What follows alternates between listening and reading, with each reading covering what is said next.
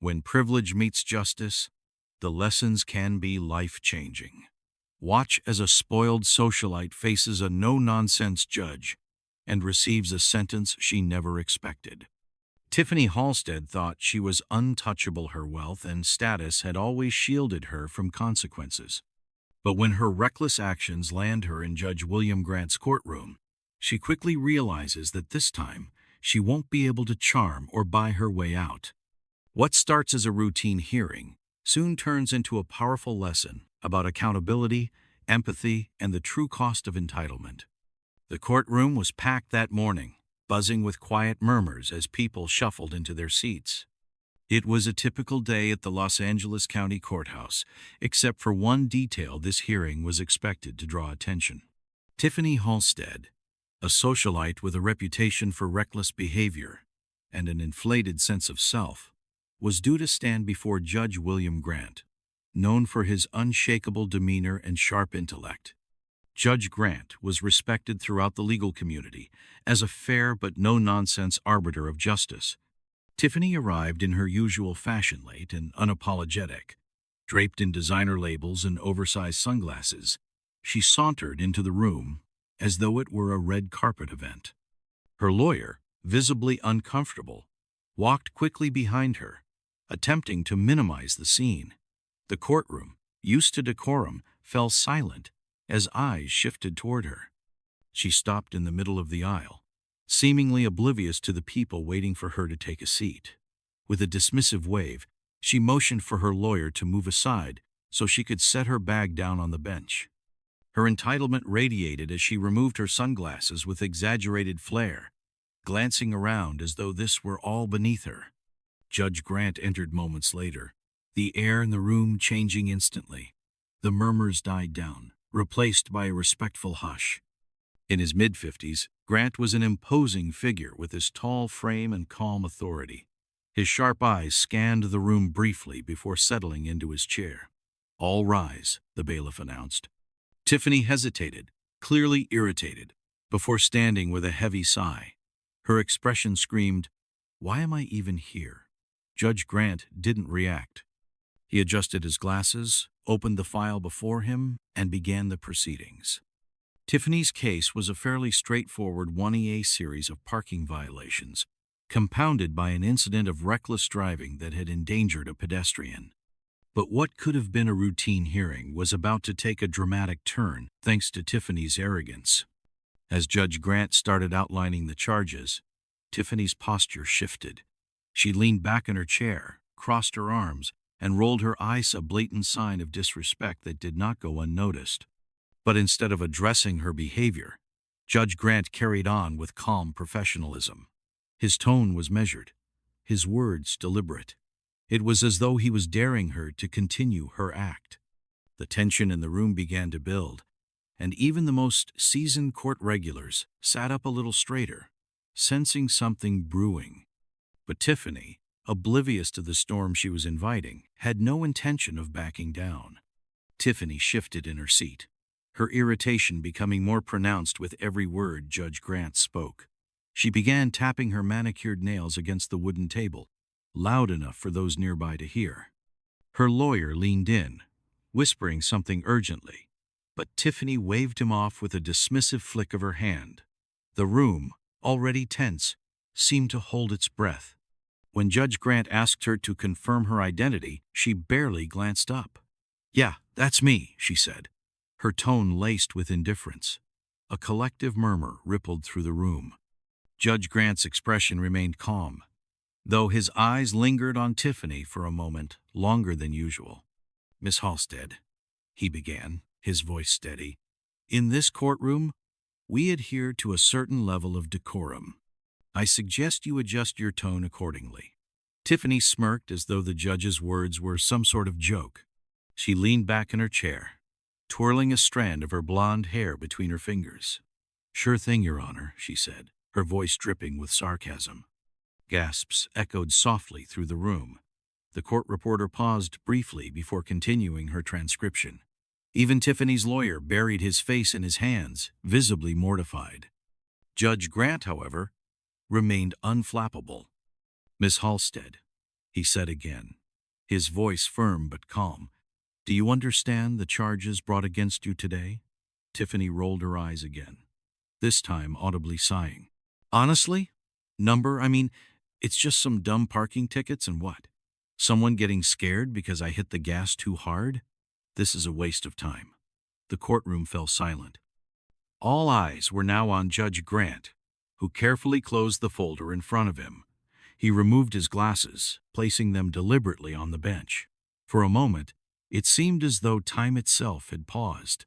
"Miss Halstead," he said slowly, his voice calm but carrying an unmistakable weight, "I would advise you to choose your words carefully from this point forward." The gravity of his tone caused even the most disinterested court spectators to sit up. But Tiffany, still oblivious to the seriousness of the situation, simply shrugged. "What?" "It's true," she said, leaning forward this time. "It's not like I hurt anyone. This whole thing is ridiculous." But what Tiffany failed to realize was that her words were no longer falling on deaf ears. Judge Grant's silence spoke volumes, and the courtroom was about to witness a response they would never forget. Judge Grant leaned back in his chair, his piercing gaze fixed on Tiffany. The room remained silent, the weight of the moment pressing down on everyone present. Even Tiffany's lawyer, who had been shuffling papers nervously, stopped to glance at the judge. "You believe this is ridiculous, Miss Halstead?" Judge Grant asked, his tone steady, almost conversational. He didn't raise his voice, but the authority in it was impossible to ignore. Tiffany scoffed. "Yeah, I do. Come on, it's not like I robbed a bank or something. This is just overkill." She waved her hand dismissively, as though brushing away an imaginary nuisance. Judge Grant nodded slowly, folding his hands on the bench. "I see," he said, his calm demeanor only heightening the suspense, making the spectators edge closer to the edge of their seats. "Let me clarify something for you, Miss Halstead. The charges against you include not only reckless driving but also endangering a pedestrian's life. The law does not measure accountability by the size of the crime, but by its impact. Do you understand that?" Tiffany rolled her eyes yet again, muttering under her breath, Sure, whatever you say." The whisper was soft, but it carried in the silence of the courtroom.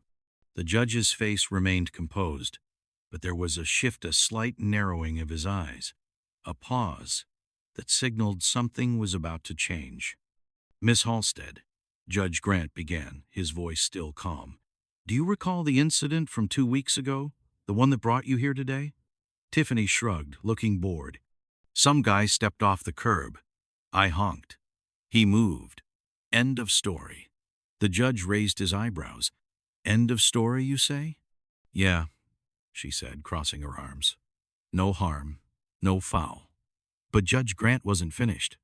He reached for a document on the bench, flipping through it with measured precision. Then he addressed the courtroom.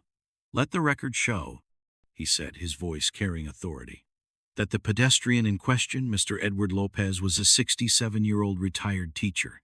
He was crossing the street legally when Miss Halstead accelerated toward him, causing him to stumble and injure his wrist. He has since required medical attention and continues to experience pain." Tiffany's smirk faltered for the first time.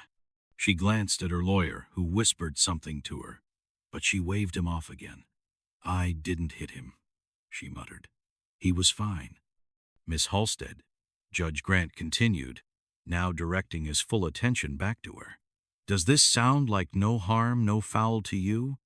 But before Tiffany could open her mouth to reply, Judge Grant's next move would make it abundantly clear that her actions had far-reaching consequences. Consequences she could no longer ignore. Judge Grant's steady gaze remained fixed on Tiffany, his voice measured as he continued. "Miss Halstead, your perspective on this matter is troubling, not because of the charges themselves, but because of your refusal to acknowledge the weight of your actions." Tiffany leaned back in her chair, feigning nonchalance, though the growing tension in the room was impossible to miss. "Look, I said I didn't hit him. People are so dramatic these days." That comment elicited a few gasps from the courtroom gallery. Judge Grant tapped his pen lightly against the desk, pausing for a moment before speaking again. Dramatic? He repeated, his tone still even. Would you like to hear from Mr. Lopez himself, Miss Halstead? Because he's here today in this courtroom? The air grew thick with anticipation. Tiffany's confident facade wavered, her eyes darting briefly toward the gallery. A man in the second row, Mr. Lopez, quietly, his arm in a sling. His weathered face showed no anger, only a kind of quiet disappointment that seemed to cut deeper than any harsh words could. Tiffany shifted uncomfortably in her seat, but her defiance wasn't entirely gone. I'm sure he's fine, she muttered, though her voice lacked its earlier bravado. Judge Grant leaned forward slightly, his presence commanding the room. Miss Halstead, your dismissal of this man's pain speaks volumes about your character. But this isn't just about him. It's about the precedent we set when individuals of privilege believe they are above accountability. The courtroom was so silent that even the faint scratch of the court reporter's pen could be heard. All eyes were on Judge Grant now, waiting to see what he would do next. Then, with a calm that belied the weight of his words, he said, "Since you seem unconcerned about the consequences of your actions, perhaps it's time you experience them firsthand." Tiffany blinked, her earlier bravado crumbling. "What's that supposed to mean?" she asked, her voice tinged with genuine worry for the first time. Judge Grant didn't answer immediately. Instead, he gestured toward the bailiff, who handed him a small stack of papers. The judge began reading aloud, detailing the fines, mandatory community service, and court-ordered sensitivity training Tiffany would need to complete. But it wasn't the penalties themselves that made the biggest impact. It was the way he delivered them, weaving in a powerful message about privilege, empathy, and the responsibility that comes with living in a shared society. But what truly shook Tiffany and the entire courtroom was the unexpected final decision Judge Grant announced, one that would make her confrontation with reality unavoidable. Judge Grant set the papers down, his gaze steady and unwavering. The weight of his next words seemed to fill the room before they were even spoken. "Miss Halstead," he began, "I have reviewed the details of this case extensively. Given the severity of your actions and your blatant disregard for accountability, I am issuing a sentence that I believe will not only address the legal violations, but also provide you with a much-needed perspective." Tiffany sat up straighter, her earlier flippancy replaced by a flicker of unease. "Perspective?" she echoed, her voice edged with disbelief. "Yes," Judge Grant said firmly. "In addition to the fines and 200 hours of community service, you will spend the next 30 days volunteering at the downtown women's shelter. You will work directly with individuals who have faced hardship, often through no fault of their own. Perhaps then you'll understand the impact of carelessness and entitlement." A collective murmur spread through the room. This wasn't the typical sentence one expected in a case like this, and the crowd's mixed reactions were palpable. Some nodded in approval, others exchanged incredulous glances. But the most telling reaction came from Tiffany herself. "You've got to be kidding me," she said, her voice rising. "You want me to what? Hang out with homeless people? That's not my problem." Judge Grant's face didn't change, but his voice grew colder. "Miss Halstead, it is precisely that mindset that landed you in this courtroom today. Your actions reflect a lack of understanding, a refusal to see how your choices affect those around you. This is not a punishment. It is an opportunity for growth.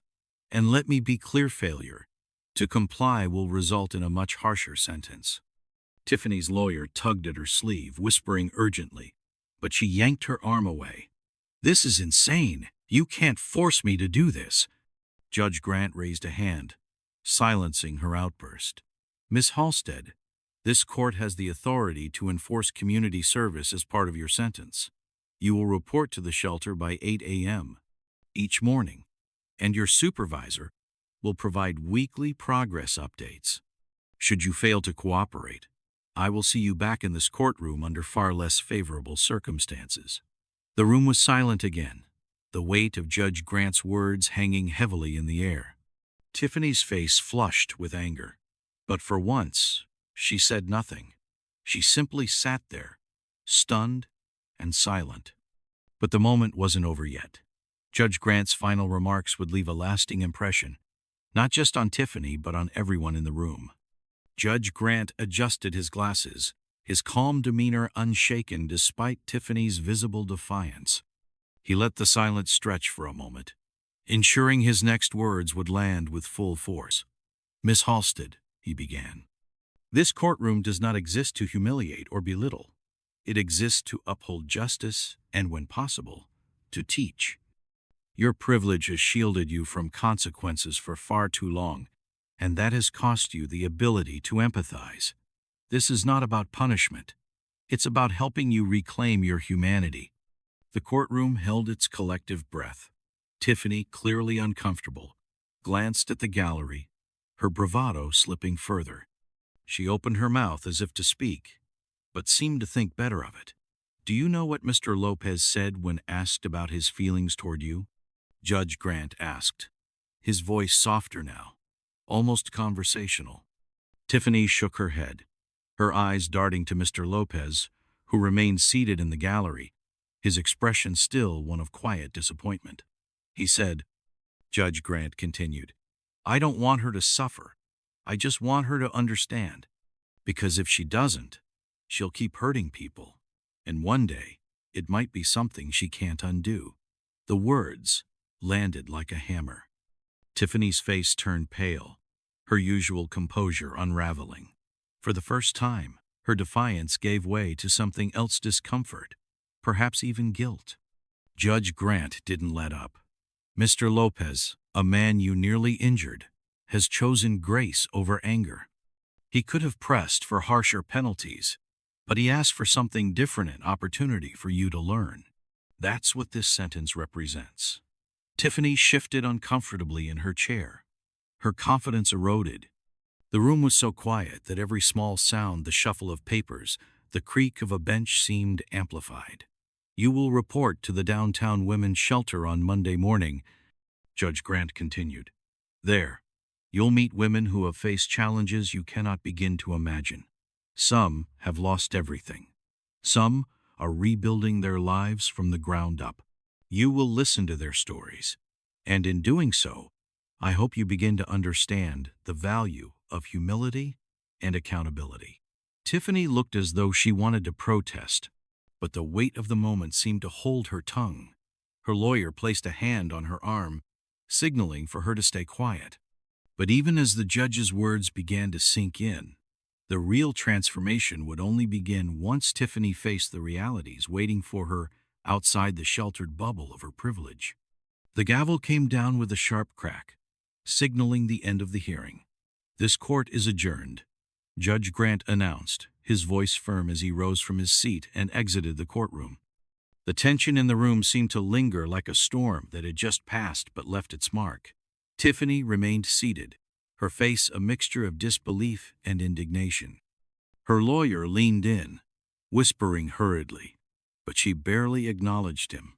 The gallery began to empty, the murmurs of the onlookers rising as people discussed what they had just witnessed. Mr. Lopez stood slowly, his slung arm a stark reminder of the incident that had brought them all here. He glanced at Tiffany as he passed, his expression still kind but resolute. She avoided his gaze, staring instead at the table in front of her. Outside the courthouse, reporters had already gathered, eager to capture the fallout from the dramatic hearing. Tiffany's name, already a headline for her socialite antics, was now linked to a moment of courtroom drama that had captivated everyone in attendance. Cameras flashed as she emerged, flanked by her lawyer, who shielded her from the barrage of questions. "Miss Halstead, do you have any comment on today's sentencing?" one reporter called out. "Do you feel the sentence was fair? What are your thoughts on Judge Grant's decision?" Tiffany's usual arrogance resurfaced for a moment. "No comment," she snapped, pushing past the crowd and into the waiting car. But inside, the facade began to crack. As the doors closed and the noise of the reporters faded, her shoulders slumped. For the first time, it seemed reality was setting in. That evening, the story was the top headline across news outlets. Clips from the courtroom, including Judge Grant's powerful words, went viral, sparking widespread discussion. Social media lit up with opinions, some praising the judge's decision, others criticizing Tiffany's behavior. But the most poignant commentary came from Mr. Lopez, who gave a brief statement outside the courthouse. "I don't want her to fail," he said. "I just hope she learns, because when we stop learning, we stop growing, and that's when we truly lose." The simplicity of his words struck a chord, resonating far beyond the courtroom. For Tiffany, though, the lesson was only beginning. Monday loomed ahead, and with it, a world far removed from her designer handbags and privileged lifestyle. But what Tiffany would soon discover was that real change doesn't come from being told, it comes from seeing, from doing, and from feeling the weight of someone else's reality. Monday arrived with an unfamiliar chill for Tiffany, both in the air and in her chest. She stood outside the downtown women's shelter, her oversized sunglasses hiding the hesitation in her eyes. The building was modest, bustling with activity as volunteers and staff hurried about. For the first time in a long while, Tiffany felt out of place. As she stepped inside, the warm hum of voices and the clatter of kitchen utensils greeted her. A staff member, a woman in her 40s with a no-nonsense demeanor, approached her. "You must be Tiffany," she said, her tone friendly but firm. "Welcome. Let's get you started." The hours passed slowly at first. Tiffany was assigned to help prepare meals, serve food, and clean up afterward. She didn't speak much, keeping her head down, her usual bravado stripped away. But as the day wore on, she began to notice things she hadn't before: the gratitude in the smiles of the shelter's guests, the camaraderie among the staff, and the resilience in the stories she overheard. One woman, a single mother of 3, shared her struggles with Tiffany over lunch.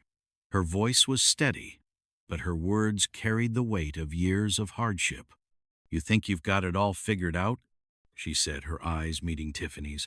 "But life has a way of teaching you what really matters." That night, as Tiffany drove home, her thoughts were uncharacteristically quiet. The faces of the people she'd met lingered in her mind, along with Judge Grant's words. For the first time, she began to wonder if there was more to life than the world she had built for herself, a world of privilege, isolation, and superficiality.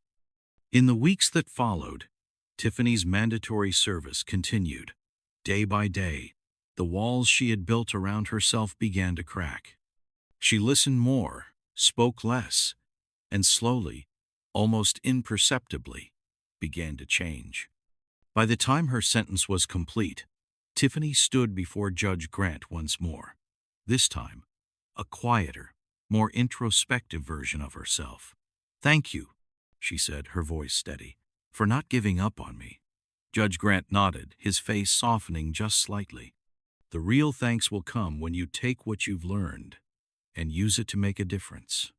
As Tiffany left the courthouse, the sun shining brightly overhead, she carried a small but powerful hope, a chance to rebuild not just her life, but her perspective.